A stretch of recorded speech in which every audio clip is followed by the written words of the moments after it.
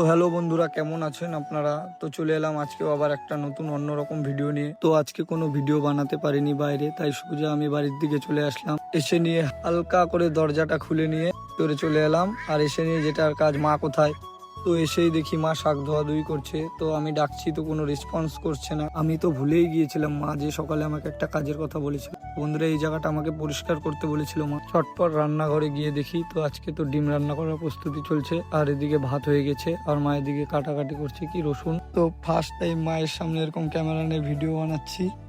আর মায়ের দিকে ক্যামেরা করাতে মা হাসাহাসি করতেছে। হাসতে হাসতে আমাকে বলতেছে যে ওই যে গেটে কে জানি আসছে। গিয়ে দেখি অন্য আর কেউ না, আমাদের পাড়ার টেপু ডন। ওর সাথে এদিক ওদিক করার পর সোজা গেঞ্জি চেঞ্জ করে চলে আসলাম আমার অস্ত্রটা নিতে।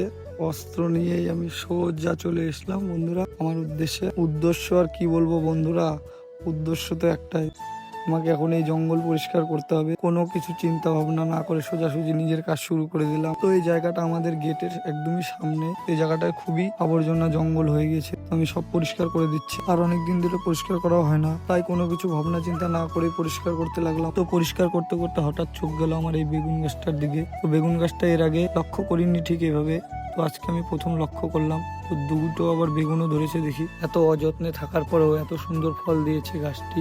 আমি ভালো মতো দেখার জন্য বেগুন গাছের পাতাটা সরিয়ে দিলাম। তারপরে দেখি গাছের চারপাশটা কেমন জানি আগাছায় জঙ্গলে ভরে গেছে। তো আমার দেখি জায়গাটা কেমনই লাগলো। তারপরে গাছের চারপাশটা ঘুরে সামনের দিকে আসতে দেখি তো সামনে আবার একটা লঙ্কা গাছ, অনেকগুলো লঙ্কাও ধরেছে।